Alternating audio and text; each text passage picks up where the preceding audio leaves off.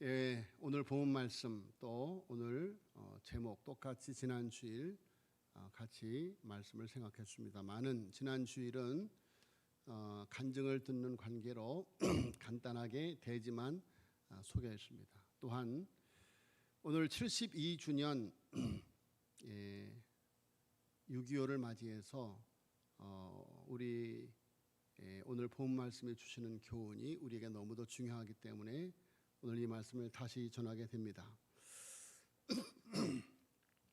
오늘 본문은 스가랴 9장 9절로 10절 말씀의 성취입니다. 스가랴 9장 9절로 10절 말씀에 보면 시온에 따라 크게 기뻐할지어다, 예루살렘에 따라 즐거이 부를지어다. 보라, 내 왕이 내게 임하느니 그는 공의로우며 구원을 베풀며 겸손하여서 나귀를 타나니 나귀의 작은 것 곧 나귀 새끼니라. 내가 에브라임의 병거와 예루살렘의 말을 끊겠고 전쟁하는 활도 끊으리니 그가 이방 사람에게 화평을 전할 것이요 그의 통치는 바다에서 바다까지 이르고 유브라다 강에서 땅끝까지 이르리라. 라는 말씀의 성취가 바로 오늘 본문 말씀 내용인 것입니다. 자, 여러분, 어제가 6.25 72주년이었습니다. 그야말로 조국의 강산을 피로 물들었던 6.25는 인명피해만 300만 명에 이르렀습니다.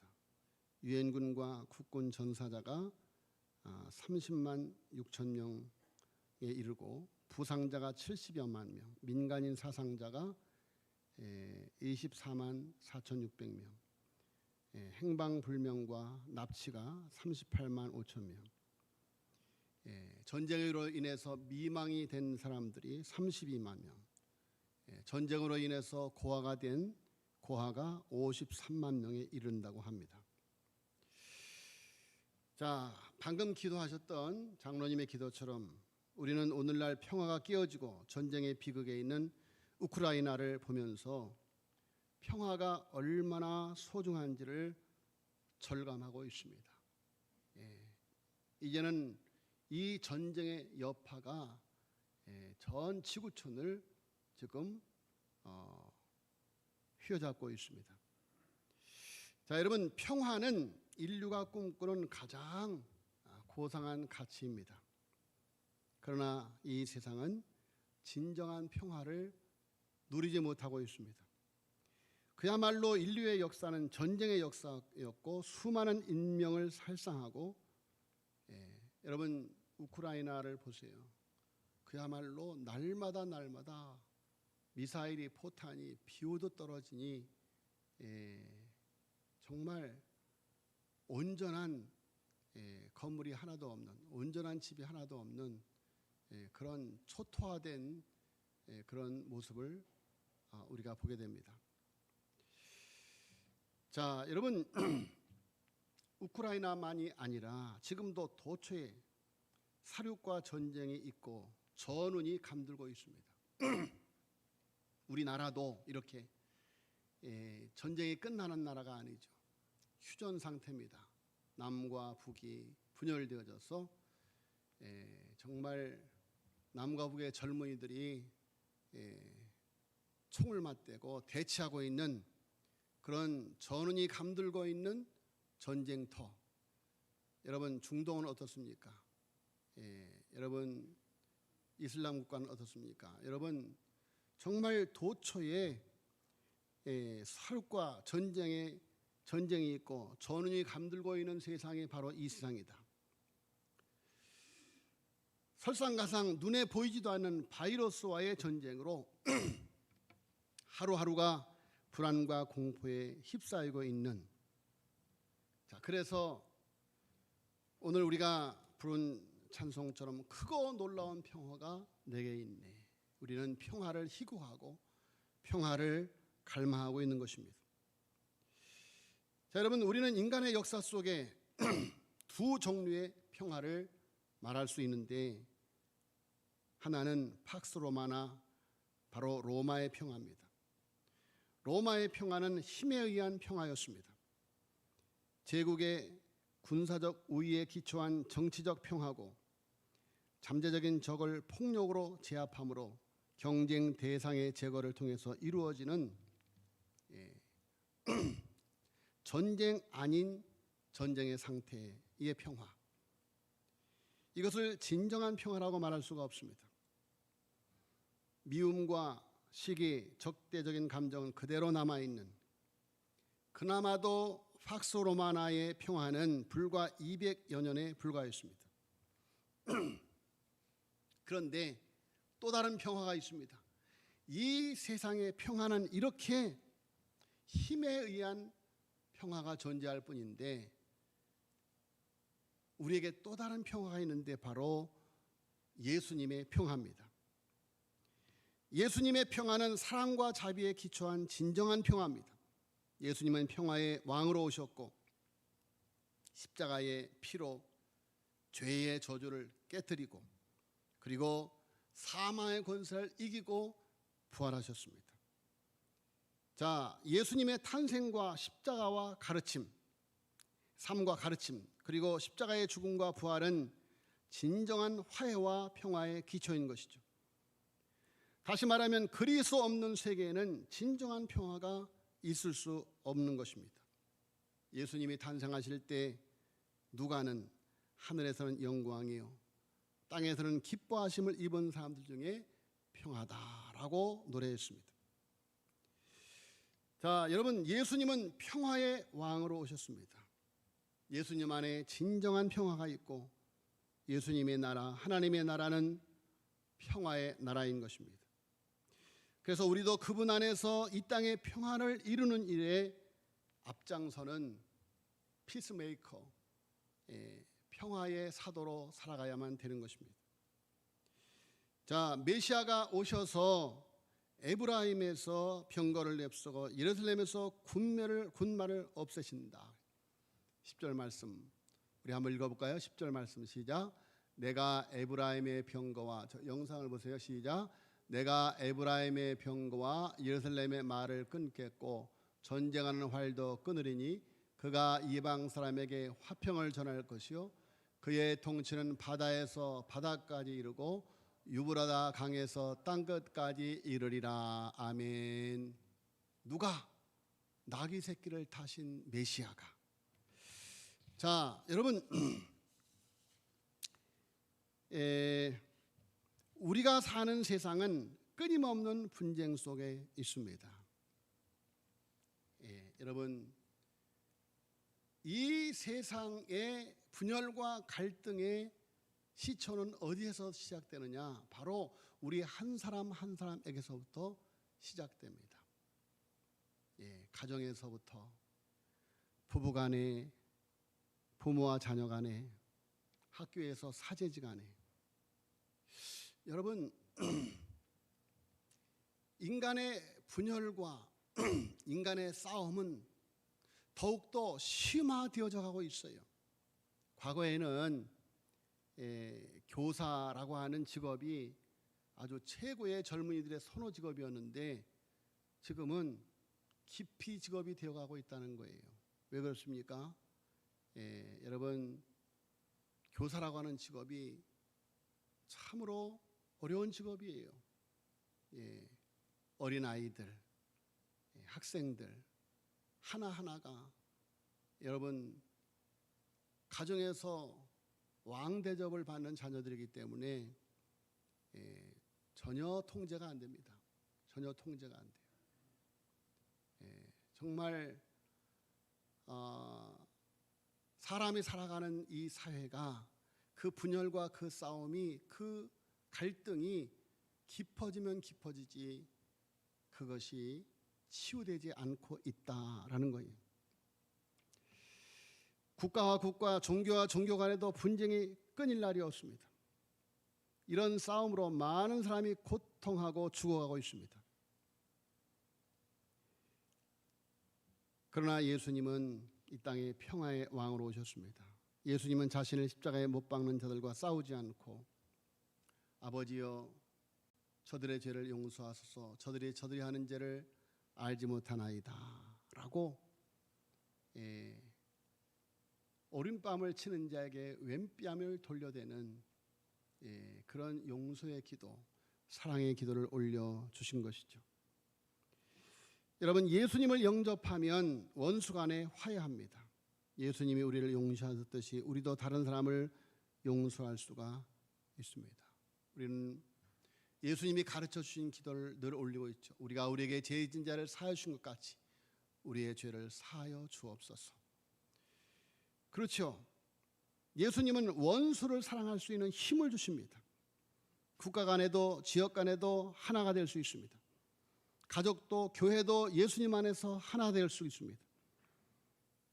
우리는 평화를 주러 오신 예수님을 인하여 크게 기뻐할 수가 있습니다. 오늘 어떻게들 교회 들어오셨습니까? 어떤 남편이 늘 언제나 부인의 강요에 의해서 억지로 교회를 나옵니다. 그러니까 맨 뒤에 앉아서 늘 졸고 앉아 있는 거죠.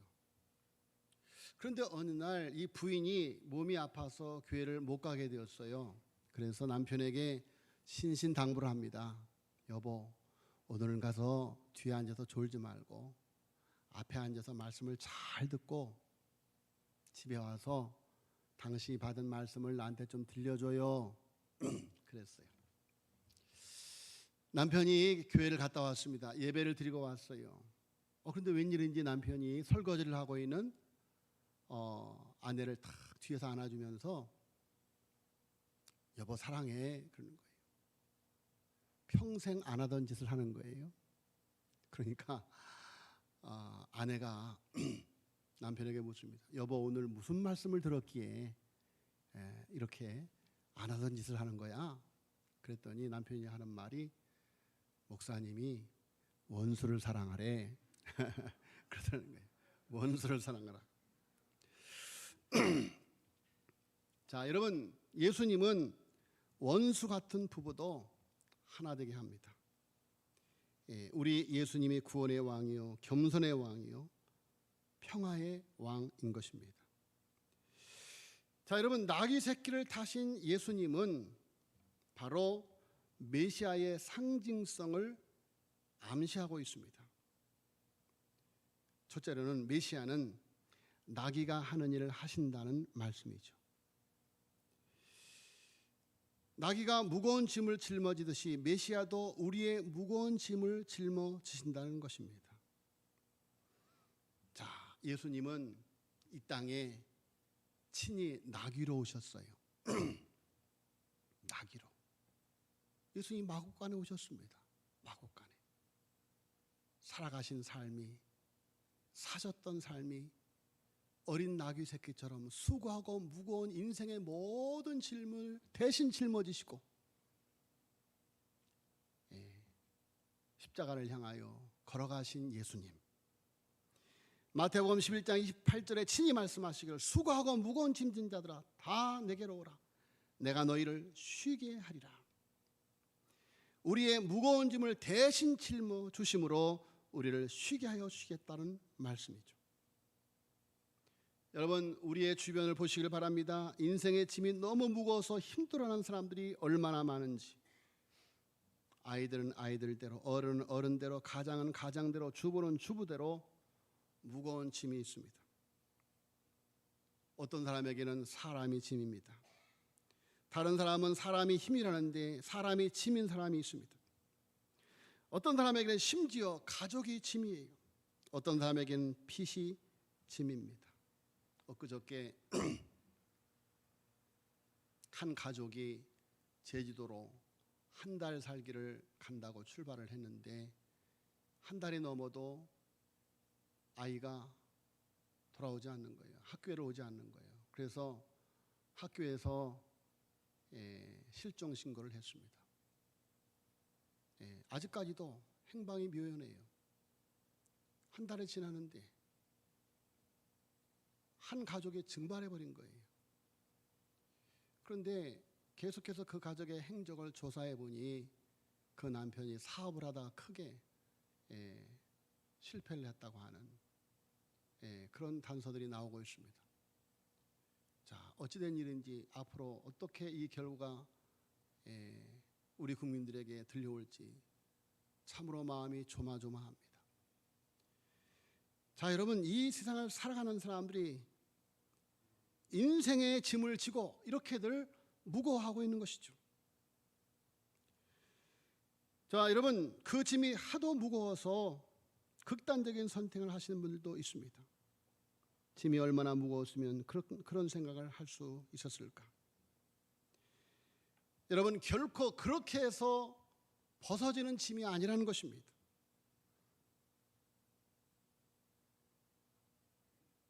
우리가 기억해야 될 것은 내가 지고 있는 무거운 짐을 나만 지고 있다고 생각해서는 안 됩니다. 다른 사람은 짐도 없이 잘 사는데 왜 나 혼자만 이렇게 무거운 짐을 지고 있는 것일까? 왜 질병의 짐을 지고 가난의 짐을 지고 왜 이렇게 가족의 무거운 짐을 지고 내가 살아가야 하는가? 여러분, 이 세상 그 누구도 종류와 정도의 차이가 있을지 모르지만 모두가 다 무거운 짐을 지고 살아가는 것입니다. 그래서 주님께서 수고하고 무거운 짐진 자들아 다 내게로 오라 내가 너희를 쉬게 하리라 말씀하시는 것입니다. 러시아의 대문호 톨스토이가 한때 종교가 인간의 자유를 억압하는 짐으로 생각할 때가 있었습니다. 그의 책 신앙론에서 이렇게 이야기합니다. 나는 15살 때까지 신앙 안에서 살았다. 그러나 18세 때 친구가 찾아와 신이 인간을 만든 것이 아니라 인간이 신을 만들었다는 그의 말에 설득되어 나는 신앙을 떠났다. 나는 종교를 포기하는 것이 무거운 짐에서 벗어나는 길이라고 생각했다. 그 40여 년간을 그렇게 생각하며 살았다. 그런데 돌아보니 내가 그동안 얼마나 무거운 짐을 짊어지고 살았는지를 깨닫게 되었다. 나는 55세 때 예수 그리스도를 인격적으로 만났다. 나는 내가 스스로 버린 어머니 같은 신앙의 품으로 돌아왔다. 나는 단순히 종교로 돌아온 것이 아니다. 나의 구세주인 예수 그리스도에게로 돌아온 것이다. 나는 40년 만에 참된 안식을 누리게 되었다. 여러분, 이 세상에서 가장 무거운 짐이 무엇입니까? 그것은 바로 죄의 짐입니다. 우리 인생들이 지고 있는 모든 수고하고 무거운 짐의 근원은 바로 죄에 있는 것입니다. 죄는 우리를 죽음으로 인도하기 때문입니다. 일찍이 세례 요한은 예수님을 보고 이렇게 외쳤습니다. 보라, 세상 죄를 지고 가는 하나님의 어린 양이로다.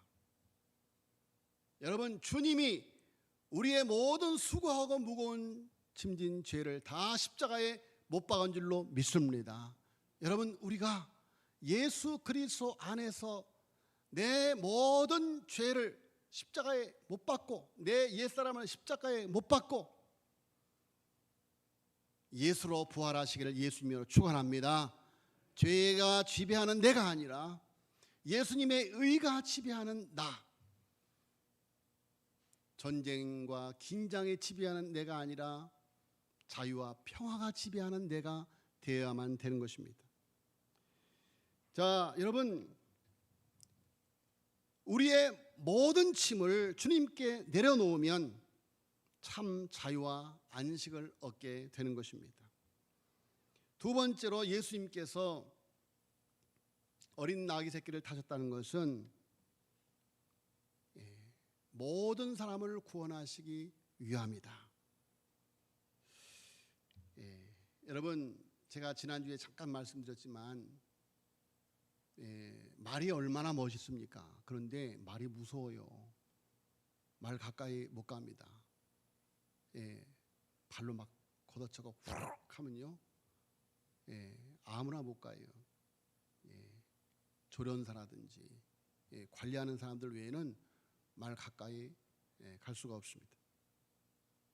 그런데 나귀는 어른들만 끌 수 있는 짐승이 아니라 어린이들도 노인들도 여자들 모두가 다 그 옆에 갈 수 있고 또 끌 수 있다고 합니다.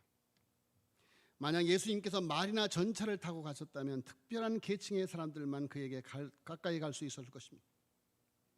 그러나 예수님께서는 나귀 새끼를 타고 가심으로 누구나 그를 만날 수 있었습니다.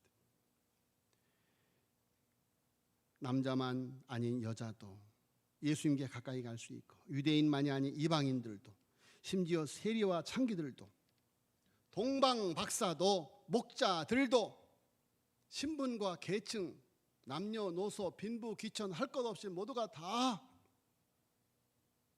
예수님께 가까이 갈 수 있었습니다. 자, 여러분, 그래서 예수님께서 어린 나귀 새끼의 모습으로 오신 것입니다. 세 번째로 예수님께서 어린 나귀 새끼를 타고 오신 것은 나귀 새끼 같은 인생을 타 주신다는 것입니다. 우리는 지난주일 어린 나귀 같은 한 소아마비 소녀가 예수님을 태우고 살아왔던 간증을 들었습니다. 여러분 생각해 보세요. 가난한 가정에 소아마비가 되었어요. 장애인이 되었어요.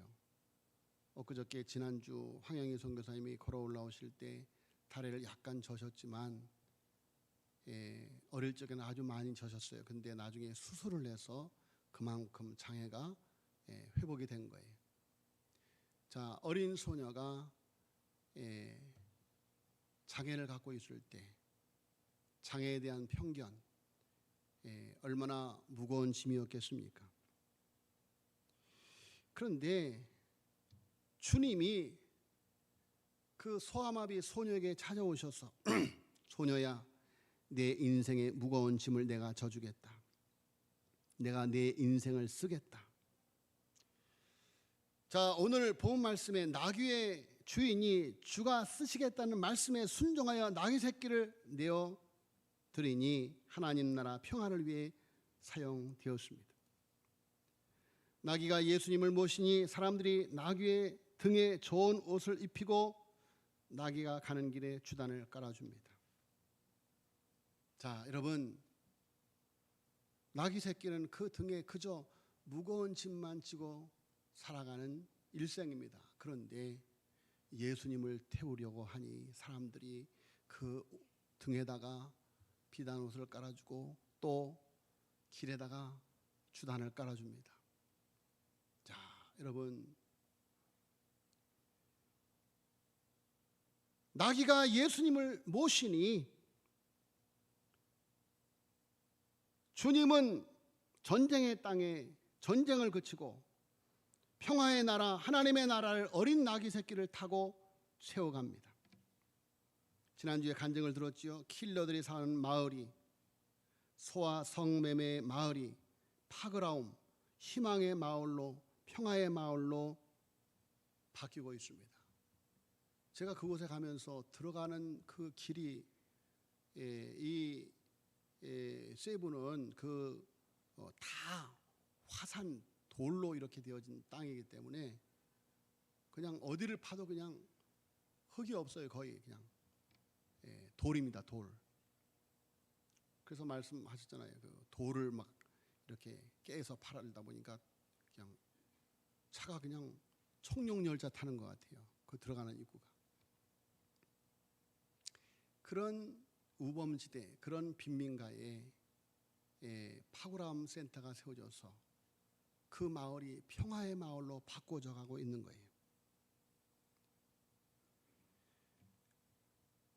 장애인을 위해 살고 약한 자들과 살고 중증 장애인을 남편으로 맞아서 자신의 모든 것을 주님 손에 올려드리니, 여러분 그분이 어릴 적 공장 신학교를 거의 졸업을 앞두고 신학교를 몇 년간 다녔다, 공장을 다녔다 그러잖아요. 하여튼 열심히 사셨어요. 그래서 나중에 집 한 칸 마련했는데 그것을 다 정리해서 필리핀으로 선교를 갔는데 바로 미션랜드의 그 많은 여러 건물 중에서 한 건물을 그 황영희 선교사님이 그 남편과 함께 살던 집을 팔아서 지은 선교센터예요. 자, 여러분, 주가 쓰시겠다고 하니까 자기의 모든 것을 내어드리니 그가 살아가는 광야 같은 세상에서 광야 잔치가 벌어지고 있어요. 예. 여러분 그곳에 가보면 동네 그 어린아이들이 뭐 동네 우리나라 같이 곳곳마다 놀이터가 어디 있습니까? 그야말로 쓰레기 같은 환경 속에서 살아가는 그 아이들이 파그람 센터 안에 들어와서 하루 종일 놀고 도서관에 가고 정말 그들에게 있어서는 천국이에요. 천국.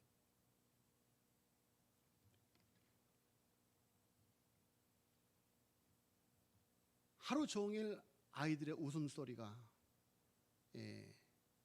파그람 센터에서 떠나질 않습니다. 그들이 예배드리는 그 예배가 얼마나 감격스러운지 정말 하나님 앞에 예배드리는 그들의 모습이 너무너무 아름답습니다. 여러분 주님은 잘 씻기고 빗질한 기름 번지르한 준마가 아니라 모든 사람들이 외면하기에 딱 알맞은 나귀 새끼를 타고 오셨습니다. 메시아로 오시는 길에 가장 걸림돌이 되는 사람들이란 가난하고 병들고 죄 많은 사람들이었을 것입니다. 가난하고 병든 사람들이 진심으로 기뻐하고 환영해 줄 메시아는 나귀 새끼를 타시는 분이어야만 되었습니다. 고린도전서 1장 28절에 하나님께서 세상에 천한 것들과 멸시받는 것들과 없는 것들을 택하사 있는 것들을 폐하려 하시나니 이는 아무 육체도 하나님 앞에서 자랑하지 못하게 하려 하심이라. 예수님은 어린 나귀같이 겸손한 자의 인생과 함께 하십니다. 주가 쓰시겠다고 하라. 내 인생을 주님 앞에 내어놓을 때 주님이 우리를 타시고 이 세상에 평화의 나라 하나님의 나라를 세워가게 되는 줄로 믿습니다. 그 인생을 통해서 이 광야와 같은 세상에 광야의 잔치를 베풀어 주시는 것입니다. 이 놀라운 축복과 은혜가 저 여러분에게 있어지기를 예수님의 이름으로 축복합니다.